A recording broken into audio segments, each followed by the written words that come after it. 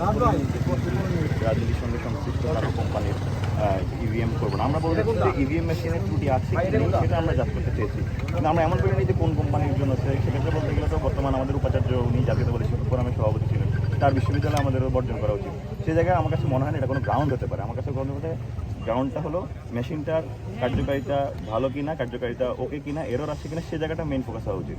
তবুও যেহেতু ওনারা জামাতের প্রসঙ্গ এনেছেন, সে জায়গায় আমরা দেখানোর চেষ্টা করেছি উনি আসলে জামাতের সঙ্গে সংশ্লিষ্ট না, বরং উনি বিএনপির রাজনীতির সঙ্গে সংশ্লিষ্ট। আপনারা তাহলে শেষ পর্যন্ত লড়ে যাবেন? না, আমরা অবশ্যই শিক্ষার্থীদের ম্যান্ডেট, শিক্ষার্থীরা আমাদেরকে ম্যান্ডেট দেবে, শিক্ষার্থীদের ম্যান্ডেটের জন্য আমরা লড়ে যাবো। শিক্ষার্থীরা আমাদেরকে যদি নির্বাচিত করে আমরা তাদের জন্য কাজ করবো, শিক্ষার্থীরা নির্বাচিত না করলে আমরা আমাদের মতো করতে থাকবো, তাদের জন্য কাজ করবো। আমরা বলেছি দেখেন, এরা আসলে কে নির্বাচনে অংশগ্রহণ করবেন কি অংশগ্রহণ করবেন না, এটা অবশ্যই তাদের রাইট রয়েছে। সে জায়গায় তারা সেই সিদ্ধান্ত গ্রহণ করতে পারেন। আমরা মনে করি শিক্ষার্থীরা রায় দেবেন, শিক্ষার্থীরা যে শিক্ষার্থীরা তাদের ভোটের দ্বারা সেই রায়টা দেবেন এবং শিক্ষার্থীরা আসলে সেই বাছাইটা করে নেবেন আর কি, যে আসলে এই ক্যাম্পাসের এই নির্বাচনটা সুষ্ঠু হয়েছে কি হয়েছে না, তাদের দ্বারা আসলে আমরা নির্বাচিত হয়েছে কি হয়েছে। নির্বাচনে ভোট বর্জন করলে এতে প্রশ্নবিদ্ধ হবে কিনা নির্বাচন, আপনার কাছে কি মনে হয় একটু বলবেন? গণতান্ত্রিক সৌন্দর্য কী ছিল?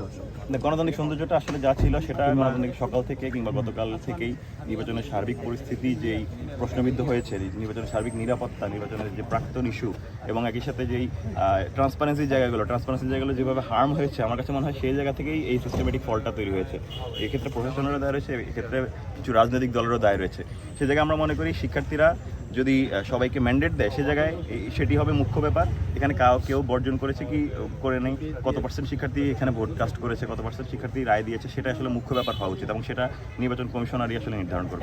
এক লাইনে বলবেন ছাত্র দলের উদ্দেশ্যে কি বলবেন এই বর্জনের বিষয়ে, তাদের উদ্দেশ্যে আমরা ঐক্যের ডাক দিতে চাই, আমরা তাদের সঙ্গে সহাবস্থানের রাজনীতি করতে চাই, আমরা তাদেরকে নিয়ে একই সাথে চলতে চাই। তারা নির্বাচন বর্জন করলেও আমরা তাদের পাশে রয়েছি, তারা নির্বাচনে যদি আবার ফিরেও আসে তবু আমরা সাথে রয়েছি। আমরা সহাবস্থানের রাজনীতি চর্চা করতে চাই, আমরা সহমর্মিতার রাজনীতি করতে চাই, এক্ষেত্রে আমাদের দূরত্বগুলো দূর করতে চাই। শেষ কথা বলবেন, তারা তো বর্জন করেছে, আপনারা বলছেন যে এটা করবে, সবকিছু মিলে আসলে কি বলার আছে?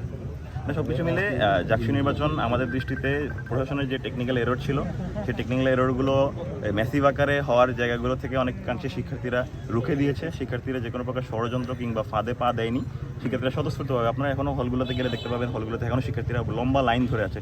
আমাদের সর্বশেষ শুনলাম উপাচার্য স্যারও বলেছেন যে যতক্ষণ পর্যন্ত লাইন শেষ হবে না সে ততক্ষণ পর্যন্ত যেন ভোট গ্রহণ করা হয়। তো সুতরাং এটি প্রতীয়মান যে আসলে শিক্ষার্থীরা খুব স্বতঃস্ফূর্ততার সাথে ভোট দিচ্ছেন।